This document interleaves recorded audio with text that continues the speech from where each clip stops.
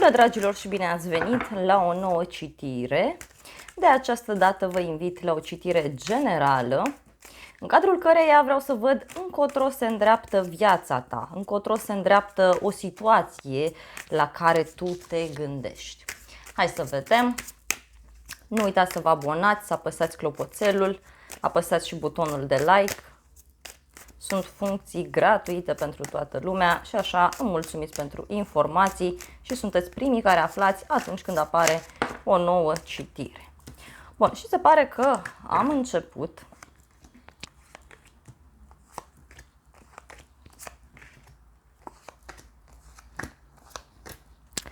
energia generală pentru tine, 8 de cupe. Văd foarte clar faptul că îți este foarte greu să renunți la o persoană sau văd pe cineva care a renunțat la o situație în care lucrurile nu erau clare în legătură cu niște bani, în legătură cu o relație și văd aici că te-ai hotărât să renunți, te-ai hotărât să lași ceva în urma ta. Pentru bărbați, poate e vorba de o femeie căreia tu îi întorci spatele. Cineva care a fost lăsat în urmă aici.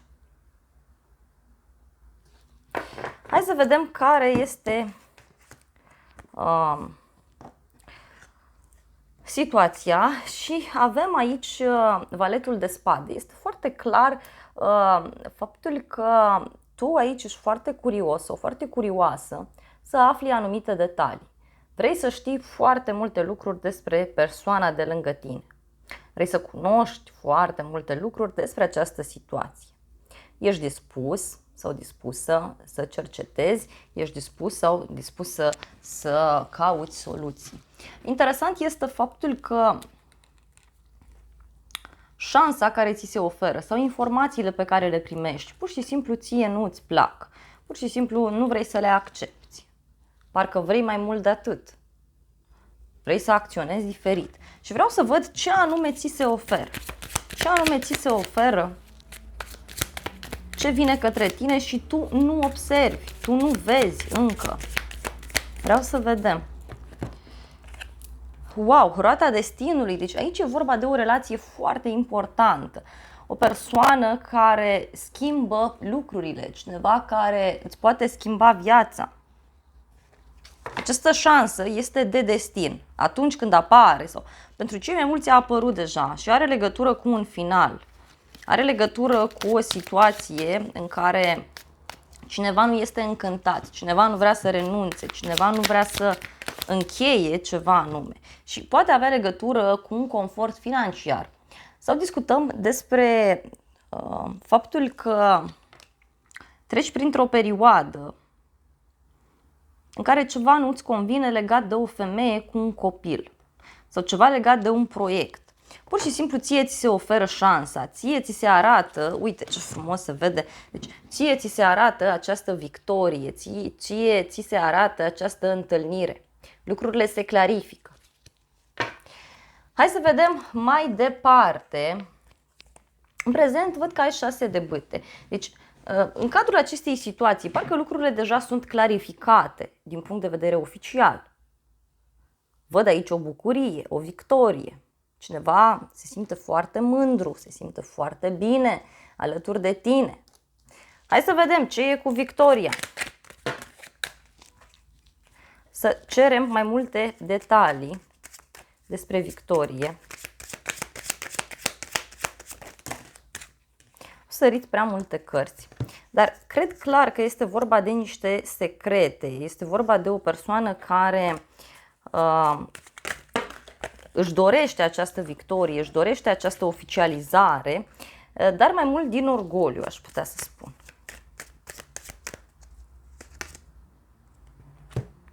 O bucurie, văd aici, care are legătură cu niște studii, cu niște cursuri sau o bucurie în legătură cu ceva nou ce tu ai experimentat împreună cu o persoană foarte dragă ție.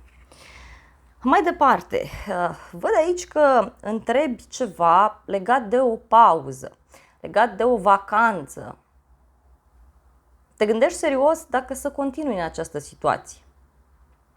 Poate ai întrebat de o relație, poate ai întrebat de o situație în care tu nu ești implicată sau implicat în mod direct și atunci este clar faptul că stai și analizezi lucrurile din exterior și nu prea știi ce să mai crezi, nu prea știi ce să mai faci. Nu prea știi ce decizie să mai iei. Deci mult să te o situație. Acest bărbat aici care te pune foarte mult pe gânduri. Dacă ești femeie și este vorba de cineva care știe foarte bine să te convingă. O persoană care face afaceri, o persoană care este foarte activă din punct de vedere sexual, din punct de vedere fizic, în general vorbind, și văd aici că, nu știu, cineva se gândește serios că o să fie părăsit, părăsită, cineva se gândește intens aici la o despărțire sau unii dintre voi văd foarte clar faptul că aveți de rezolvat o problemă de sănătate sau ceva ce ține de zona medicală. Și văd aici o ofertă, o propunere pe care cineva ți-a făcut-o sau pe care ți-o face și care are legătură cu o relație de iubire, care are legătură cu ceva absolut fantastic, inimii tale. Ai făcut un drum sau faci un drum către sufletul tău. Vreau să vedem mai departe, vreau să vedem puțin în trecutul apropiat. În trecutul apropiat văd aici că cineva a venit și ți-a propus ceva, ți-a făcut o ofertă. Cineva a venit către tine, ți-a întins mâna. Ai făcut un drum către un loc drag ție, către un loc lângă o apă, un drum pentru sufletul tău. Și vreau să vedem cine este această persoană. Despre ce este vorba. Wow! Vreau să văd mai multe detalii despre această persoană. S-au întors mai multe cărți. Este clar faptul că aici cineva a încercat pe cât posibil să te țină alături de el sau de ea. Văd pe cineva care a încercat să-și vindece rănile, cineva care poate chiar te-a invitat într-un loc mai ascuns sau ți-a propus o relație mai ascunsă. Poate te-ai întâlnit recent cu această persoană într-un loc mai ciudat, într-un loc mai intim, dar văd foarte clar că cineva are o atracție foarte mare față de tine. Cineva se simte foarte atras de tine, simte că are totul, simte că tu îl echilibrezi sau tu echilibrezi această persoană. Și da, uitați, are legătură cu un drum. Hai să vedem în viitorul apropiat ce se întâmplă pentru tine și avem 9 de spade sau ce se întâmplă în această situație.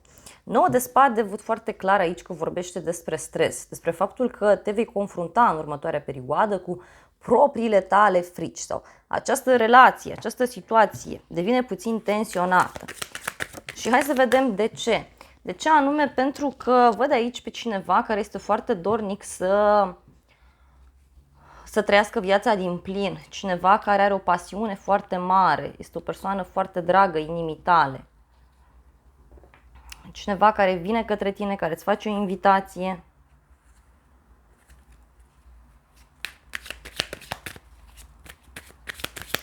Un stres în legătură cu o aventură, văd aici în următoarea perioadă.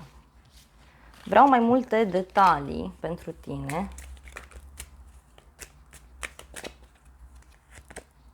Avem un paș de cupe, da, văd puțin stres în legătură cu un copil sau în legătură cu o persoană mai tânără.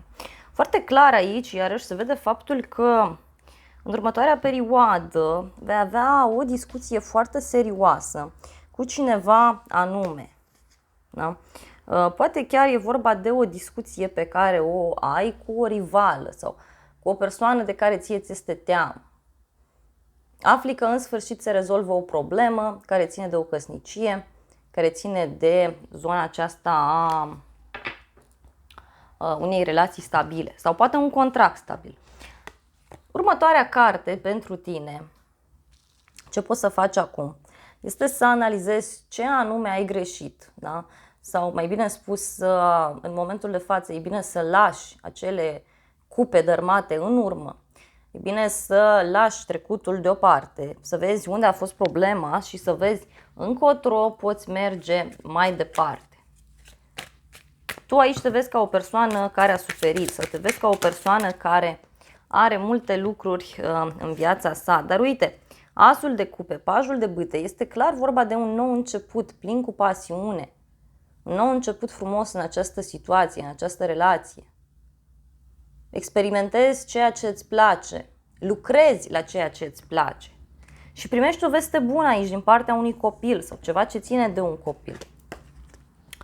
Următoarea carte, uite, în jurul tău ai persoane foarte drepte. Unii aveți legătură cu zodia Balanță, dar nu toți. Sau ai legătură cu persoane care se ocupă cu actele, care decid pentru ceilalți, care poruncesc.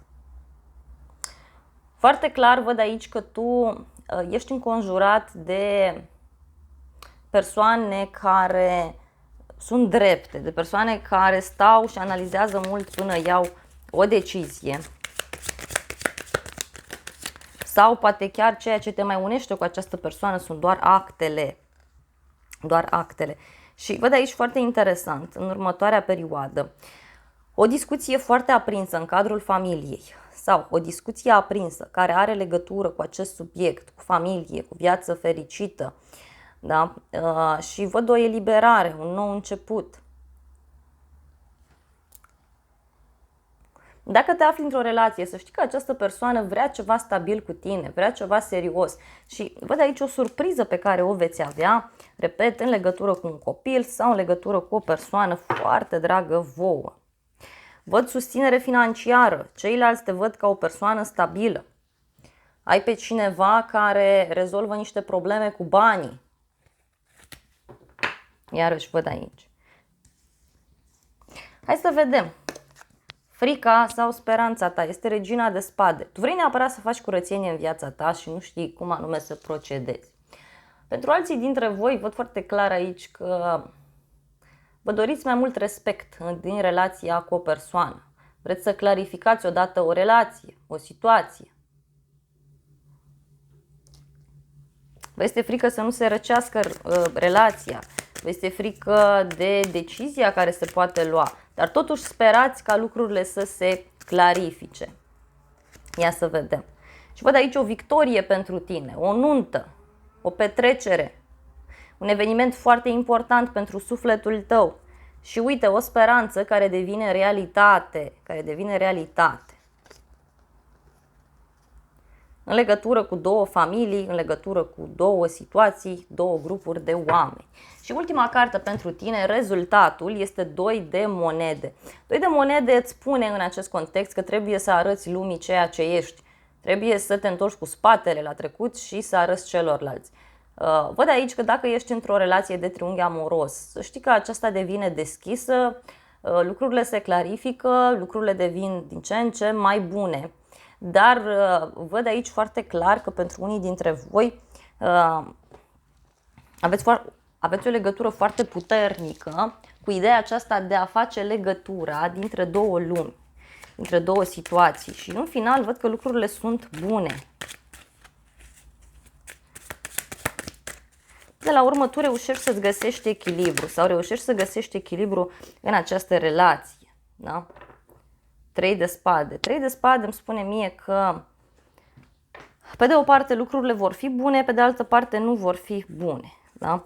E vorba de o alegere pe care cineva o ia și care o să dureze și care ține de niște bani. O să mai cer o carte, vreau să văd despre ce este vorba. Mai mult de atât. Wow, au sărit mai multe cărți. Clar, aici e vorba de faptul că cineva pierde niște bani sau cineva renunță la o sursă de venit.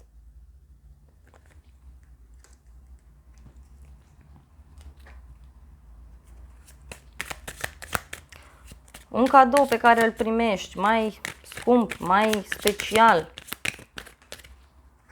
Și uite, totuși te văd foarte împlinit și mulțumit aici, pentru că tu ai tot ce trebuie.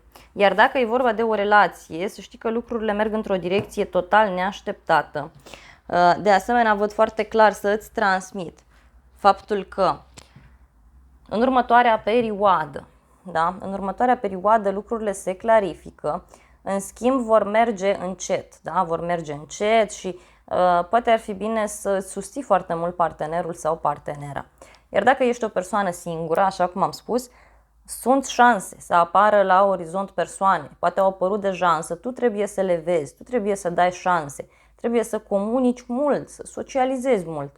Și cu siguranță aici reușești și întâlnești pe cineva.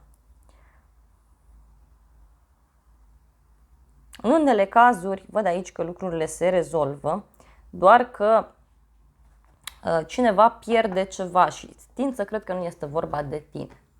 Hai să vedem și zodiile implicate și avem Fecioară, Capricorn, Săgetător, Berbec, Leu, Taur, Balanță,